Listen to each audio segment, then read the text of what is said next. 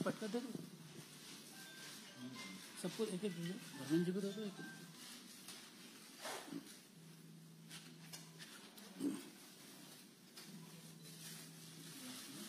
आकाश जी को दे दो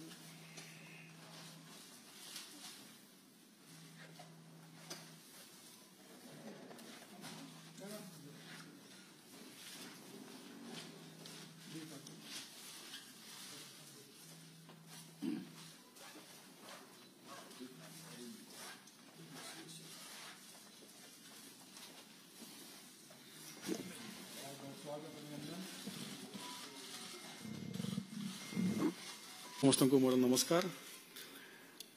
जमती धर्मेंद्र बाबू कहले मु बिजु जनता दल राज्यसभा सदस्य थी 2020 एप्रिल मसीह निर्वाचित होगी आसी राज्यसभा को। आज राज्यसभा इस्तीफा दी एवं बिजु जनता दल इस्तीफा दी।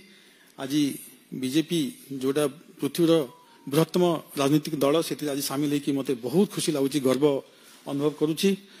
जो दल सर्वोच्च नेता आदरणीय नरेंद्र मोदी जी जहाँ को पृथ्वीर सबुठ पॉपुलर लीडर कह जाए से दल आज मुझे सामिल होती। सबुबले तांकर जो लक्ष्य रही देशपाई पूर्वोदय सबुबले से पूर्वोदय कथा कहते पूर्व भारत केमती विकास हम से ओडिशा भी सामिल अच्छी। जो आदिवासी अंचल पछुआ अंचल केमती विकास हम से एस्पिरेशनल डिस्ट्रिक्ट प्रोग्राम आरंभ करते यही लक्ष्य गुड़ा मत सब प्रभावित करछि। आज मुझे दल में सामिल होची। धन्यवाद देवी गृहमंत्री श्री अमित शाह जी को, धन्यवाद देवी बड़ भाई धर्मेंद्र प्रधान जी को, अरुण सिंह जी को जे जनरल सेक्रेटरी अच्छा पार्टी आउ हेडक्वार्टर जनरल सेक्रेटरी अच्छा। धन्यवाद देवी श्री विजयपाल तोमर जी को जे प्रभारी अच्छा ओडिशार, श्री भतुरी महताब जे कटक सांसद अच्छा आ पूरा ओडिशा बीजेपी टीम को मुझे धन्यवाद देवी आज मत निज दल स्वागत कर।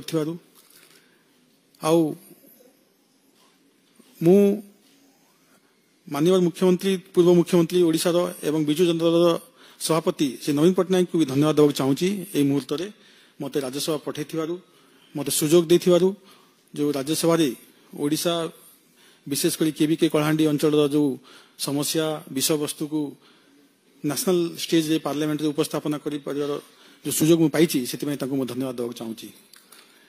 यहाँ गोटे बड़ निष्पत्ति मो पाई आउ सबुबले माटी को प्राथमिकता देछि। माटी आग पार्टी पछ मो पाई आउ कलाहांडी विकास होची मोर सबुबले प्राथमिकता।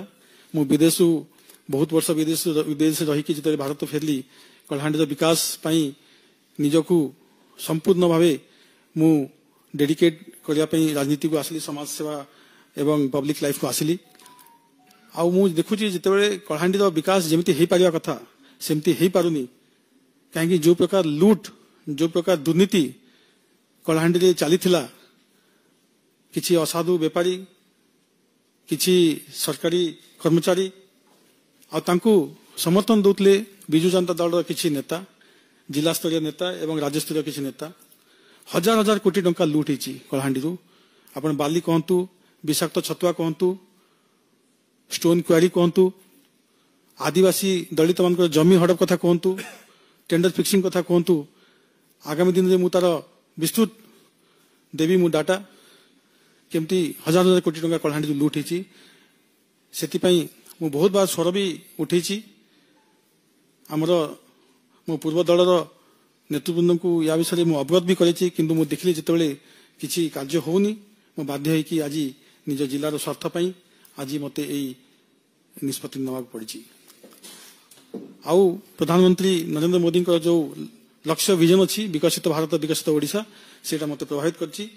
आउ ओडिशार मुख्यमंत्री श्री मोहन माझी ओडिशा बीजेपी सभापति श्री मनमोहन सामल एवं समस्त ओडिशार बीजेपी नेता कर्मकर्ता तांकर मार्गदर्शन रे ओडिशार केमती विकास हम 2036 सुधा आम गोटे विकसित राज्य केमती हेबु भारत वर्ष रे टॉप स्टेट्स भितर आमर जमती गणति हेबो ता प्रति मु निश्चय दिन राति परिश्रम करी एवं समस्त आशीर्वाद कामना करछि। जय जगन्नाथ, जय मां माणिकेश्वरी, समस्त धन्यवाद।